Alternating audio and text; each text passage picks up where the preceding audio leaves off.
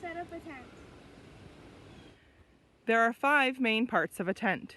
Lorelei is going to show us what they are, and then we'll learn later what we do with them. There's stakes to help hold down our tent, the tent itself, called the body, a rain fly to help keep the rain away, poles to help hold up the tent, and last and most oftenly forgotten, your tarp for under the tent. It is important to make sure that you have all 5 parts to your tent, and make sure that your tent doesn't have extras. Some of the bigger tents have additional supplies that may be needed. It is also recommended that you practice setting up your tent at home before going on your big camp out. There is nothing worse than going camping and realizing that your tent is missing something or you need extra help to put it together. Should we set the tent up here? No, I don't think that's a good idea. Why not?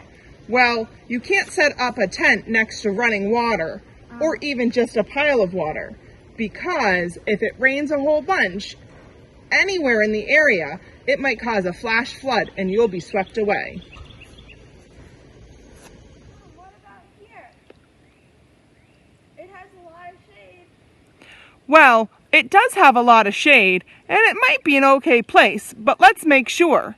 We want to make sure that there's no branches that are dead and no trees that might come down on us in a big windstorm. Does it have any big branches or things that might come down? Yeah. It might not be a good spot. And look at the ground. Oh yeah, there's rock. Oh, would that be comfortable to sleep on? No. Maybe that's not a good spot with the rocks and the pine cones. We can roast marshmallows right from our tent. I don't know if that's a good idea either. If the fire gets too big or windy, an ember might pop up and pop onto our tent, and then it would burn our tent down. I think it's best to stay at least 50 feet away from the fire.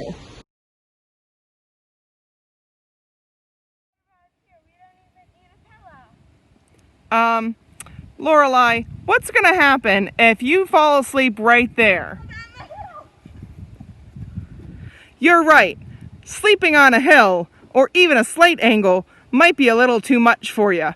You'll be on the very edge of your tent. Your body will slowly inch down to the very edge. So setting up on a hill may seem like an easy idea, but definitely is not going to be comfortable in the morning.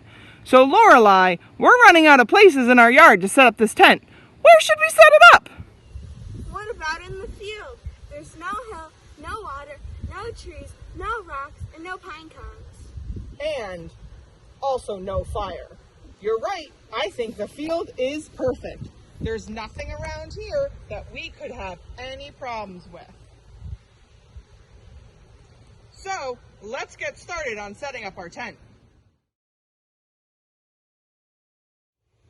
First we have to lay out our tarp, and then we have to do the body of the tent. So how do you do that, Lorelei? First you have to roll it out.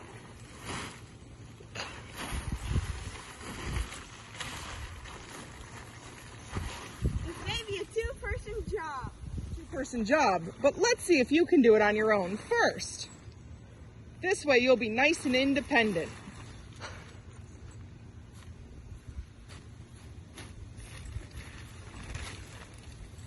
When setting up your tent, you want to look at where your door is and see if that's the direction you want it to face. If not, just spin your tent until it's the direction you want.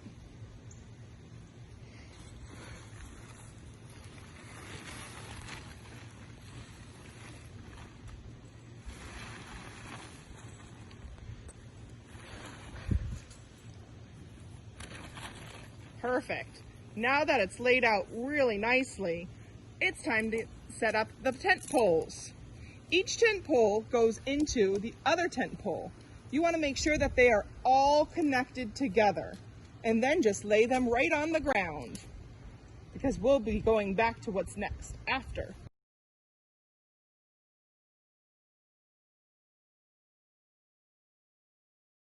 It may look hard, but this is typically a pretty easy step to make sure that they're all in.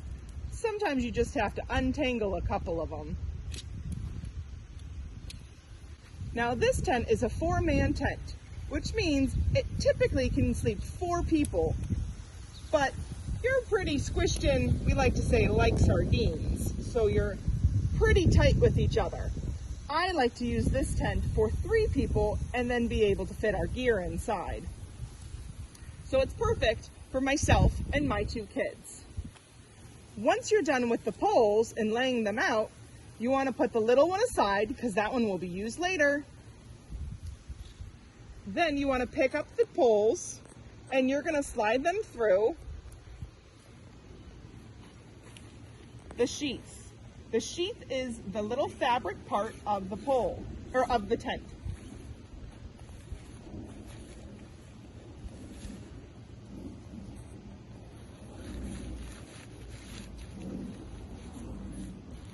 If it gets stuck on the fabric, don't worry. Just fix it and keep pushing. But don't push too hard if it's very difficult. You want to make sure you fix it so you don't put a hole in it. Older tents tend to get holes faster, so you want to make sure not to pull all the way. Once it's through both sides, you want to make sure the tent pole is even on one side and the other. Then you can start with your second tent pole, or however many tent poles you have. Some tents don't have the fabric to slide through. Some will have little clips or different things to put in. So make sure you check your tent out before you go camping.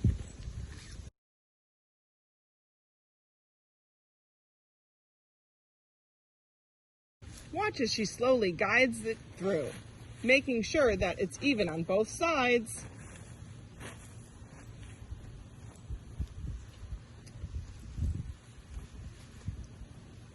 What steps next? Well, next it's time to lift up that tent pole and try to get it into the grommet. This tent actually doesn't have a grommet. It has a needle looking thing that she's going to stick up into the tent pole itself. She did one side. Uh-oh, her first side slid out. Oh no, that's okay. She'll just have to go back to fix it. So what she just did was learn from her first mistake. So she put it in and then she pushed it real tight. Now, this is the hard part. Because it's already fastened on one side, she's going to need to use some extra strength to get it to fit into this pin. Excellent. Good job. The hardest one. Up, and it popped out again. Wah, wah, wah.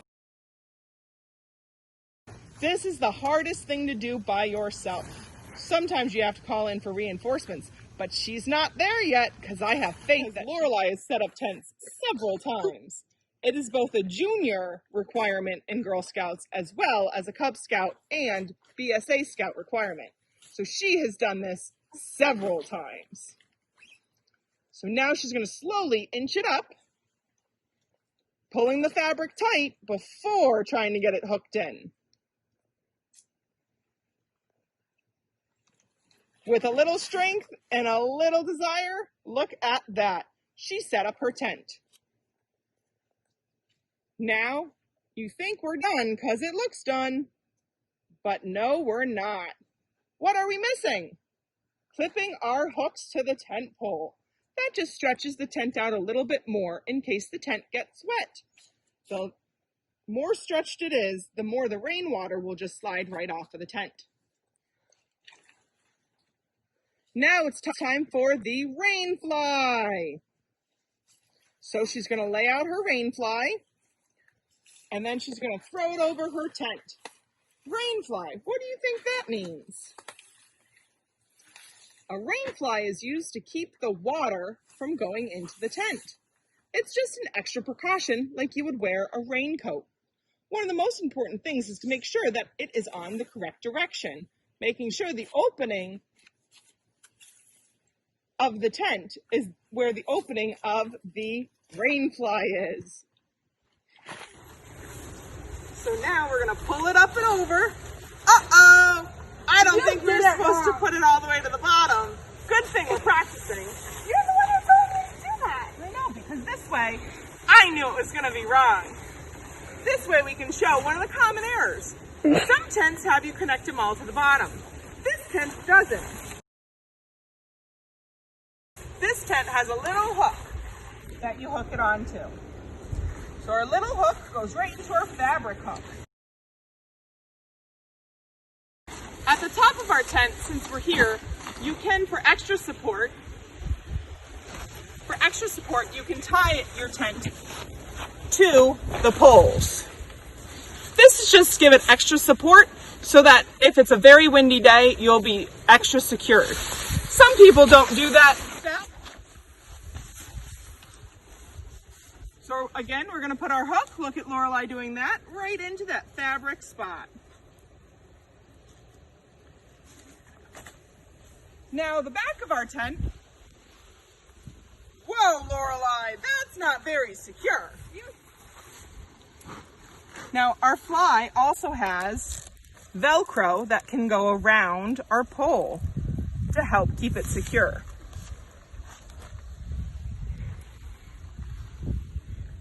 Now, you're gonna think it's time to put this in the ground. Not yet, not time. We're gonna forget about that until the last thing that we do. Your little poles are typically used for your rain fly. This one has you put it right in the front. And then it'll clasp into the sides of the tent. This will pull it out, making a little awning to help keep you a little bit drier. Now, our tent looks done. Is it done, Lorelei? No. What do we still need to do? The tarp. Our tarp. All right. The most common mistake is that people will just put a tarp out and leave it there. Tarps do not get seen from the outside of your tent. To properly install a tarp, you put it underneath the tent. Once your tent is set up, you want to fold the tarp under. Why is that, Lorelei? This way the water doesn't get in. So if it rains, rain's gonna go from the top of your tent onto the rain fly, down the side of your tent, and onto that blue tarp that we have. If our blue tarp is sticking out, it's definitely gonna land right there and go right underneath you who's sleeping in your tent. So you wanna make sure that you tuck that tarp right underneath your tent so that all the water will now go onto the ground, keeping you drier. Looks like it's all done. Now we can go back to the front of the tent and look to see. Is our tent done? No. Oh, well, what's missing? The stakes. Very important step. Tent stakes are very important because they not only keep your tent down on the ground. To put in a stake, you want to put it in at a 45-degree angle. Right now, Lorelei's putting in directly up and down. In a big gust of wind, that's going to come out, so that's not a good method. A 45-degree angle, the way that she's putting it in, towards the tent, will add maximum security to your tent. It also makes it extremely difficult in a major windstorm for the wind to rip out that stake. Oftentimes, stakes are very difficult to put in by hand, so she's actually using her foot. People also like to use mallets or hammers to put them in. This is a very good point. Now look at the size of that stake. We have extra strong stakes because I've had my things blow away several times due to the small stakes that typically come with your tent. So we bought extra strong ones. They typically cost about 50 cents. They're not too expensive. You want to make sure that stake is all the way in the ground because when you walk around your tent, you want to make sure you don't. I have seen my brother, who has tripped over a stake at a campout, almost lose part of his toe. It was disgusting, and he had to go to the emergency room, and he had to miss the campout. So to help make sure that we don't have the same problem, we do a couple of things. 1, make sure the stake is all the way to the ground. 2, I like to cover my stakes so that everyone knows where they are. So in the middle of the night, when Mom has to get up to go outside, she's not accidentally stepping on them. And 3, always around a camp out in a campsite, wear sneakers. Lorelai's putting the last one in. Good job. Now, let's look. Is our tent done? What do you think, Lorelai? Yes. It does look like our tent is now secured to the ground, up properly. The tarp is correct. Now, at night, you can either put your shoes directly on that little tarp if it's not going to rain. If it is going to rain, you want to make sure you tuck that little tarp that's outside underneath your tent so it doesn't add extra water. Do you want to go in the tent and see what it looks like? Hi. Now that I'm inside the tent and it's all the way put up, there's a couple things I want to make sure you're aware of. Most tents have at least a door to get in and a window. They're held together by a zipper. So you can easily just unzip and voila, you have a window. You want to leave your window open on really hot days because your tent is like an oven. That's right, an oven. It's going to be so hot in here if you don't leave your windows open. So you want to leave your back window open.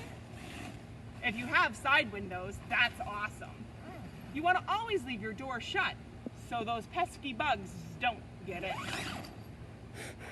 But remember, you always want to leave your tent window open during the day. Oh no, unless you're changing.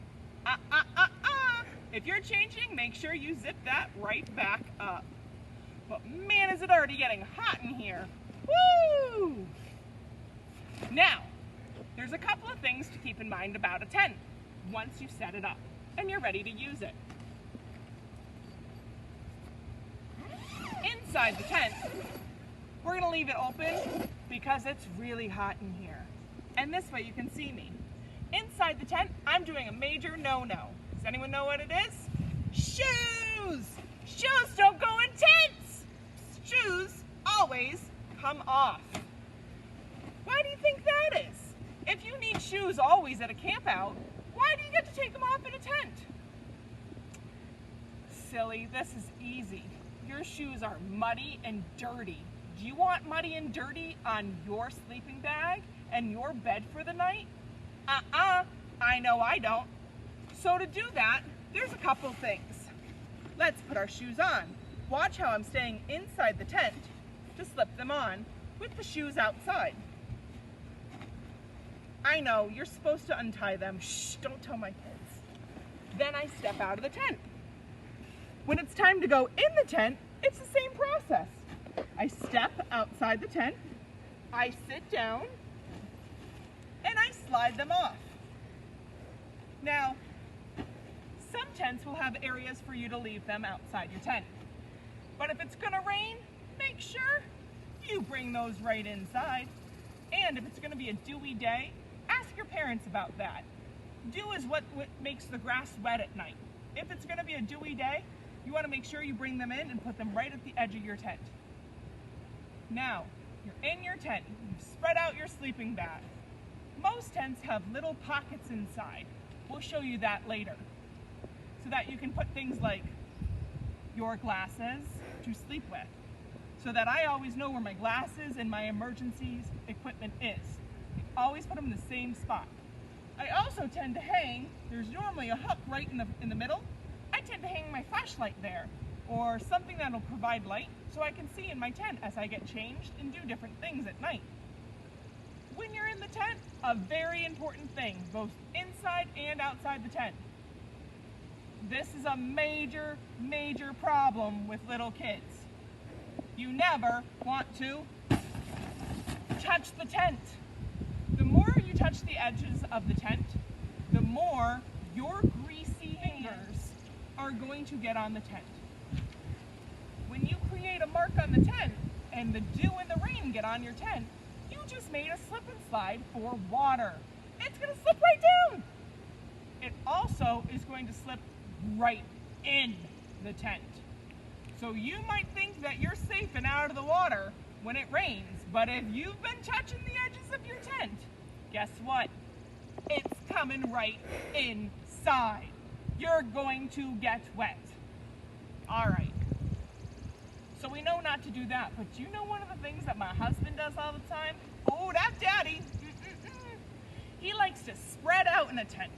So when he goes to bed, he rolls around and spreads his stuff out. No, no, no. When you do that and you move around and you set up your tent and you put the pillow on the edge and you put your sleeping bag right up against the side of the tent, you know what's going to happen? The same thing. If you're touching the edge of the tent with your pillow and your sleeping bag, it's going to get wet for the same reasons. It's just an easy avenue for that water to come right inside. You think I'm kidding? It rains and I mean every time I have ever slept in a tent. Ever since I was a child. It is a family joke that if you tent with me, it's going to rain. I have woken up on more than one occasion soaking wet because I did not follow these rules when I was little. I have learned not to do that. All right, so we have our cross breeze from our windows. We've learned not to touch our tent. No. We've learned how to take off our shoes. We've learned how not to sleep on the side of our tent. What else are we missing? Make sure you set up your tent before it's dark. Setting up a tent in the dark is absolutely the hardest thing to do because you can't see anything. So I recommend at least an hour before dark to set up your tent. It depends how big your tent is and how elaborate it is or how long it takes to set up. This one is a fairly basic tent. It took Lorelei less than 30 minutes. Faster if Mom wasn't bugging her. But less than 30 minutes to set up. And if you're using a friend to help, it's probably going to take about 10 minutes to put up this tent. So make sure you plan enough time before dark. Also, make sure you bring enough drinks because it is pretty hot out here.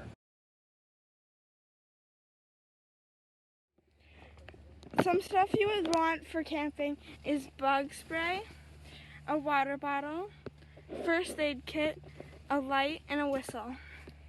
You would also want like a sleeping bag and a pillow.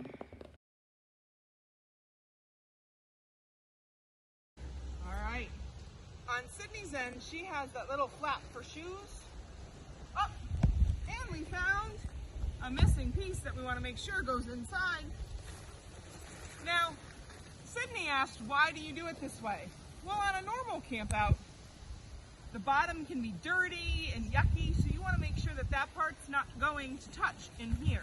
So you don't want to like turn this inside and have the dirty, mucky part touch.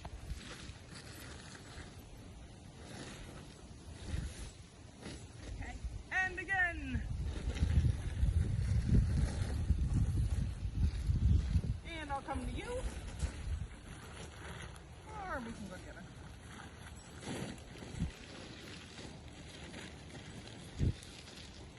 And we're going to fold that in. As long as everything's folded inside. You want to lay on it, Sydney? Sure. Go ahead and lay on it. Whee! That's to get all the extra air out. Now it's helpful to take your bag and measure. Is it going to fit in the bag the length that it is? Just fits. It also is helpful that your tent stakes are the same length as your bag. So now we're our tent poles are the same length. So now we're going to put our tent poles and our tent stakes in. You got the tent stakes?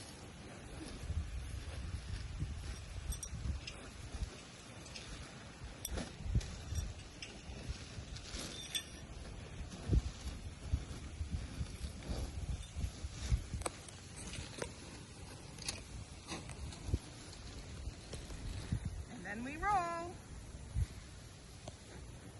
I'm rolling the opposite direction, so that's no fun. I don't want to roll that way. I want to roll this way. So Sydney, you take it away. This way the air can come out.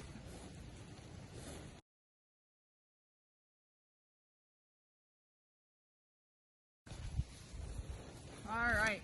Then you put it in your bag and you're done.